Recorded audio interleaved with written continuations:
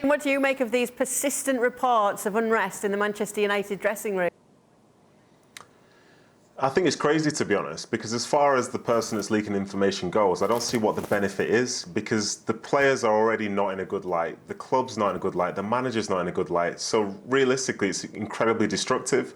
And whether or not it's true or it's false, because it's Man United, it almost like it has to be covered anyway. And with this particular one, like I thought about this earlier, and the unhappiness that could potentially exist at the football club, I think in some ways it's justified, because the talent that they have and the club that they are, to be 20 points off top of the league, I'd be concerned if all the players are happy with each other anyway. And I think that, for me, is as a consequence of the results as opposed to vice versa. And these reports, like I say, I don't know where they're coming from. I don't know who they're designed to benefit. And in some ways, I do feel sorry for Rangnick, because it's almost like he can't ignore them. And it seems to be a new one every single week. But I suppose in some ways this is sort of the dysfunction of what Manchester United Football Club is at this moment. And it's certainly not what it used to be, say, just 10, 15 years ago.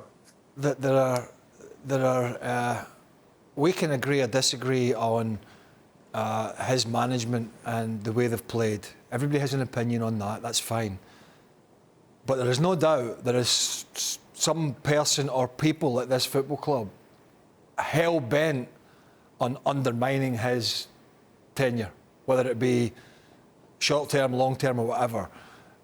There is, as Nedum said, it's coming from somewhere, either an individual or multiple people, and it just seems that they're hell-bent on undermining him as a person and as a coach, and just trying to make his job even more difficult than it already is. And I just hope for them to get to the bottom of who it is and they can get them out, or at least away from the place, until they can get the ship pointing in the right direction, because he just doesn't need it every week. Now, do you think as well, Shaka, that this could be affecting their performances on the pitch and consequently their options to finish in the top four? I don't think rumours are having an impact. First of all, I just don't believe them, and this is me looking in very much from the outside. United's and Rangnick's problems are simple, in my opinion.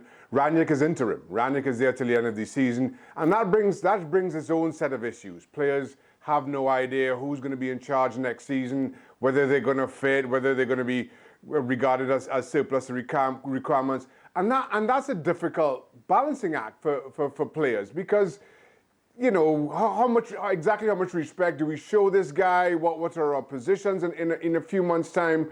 That's the core of United's issues.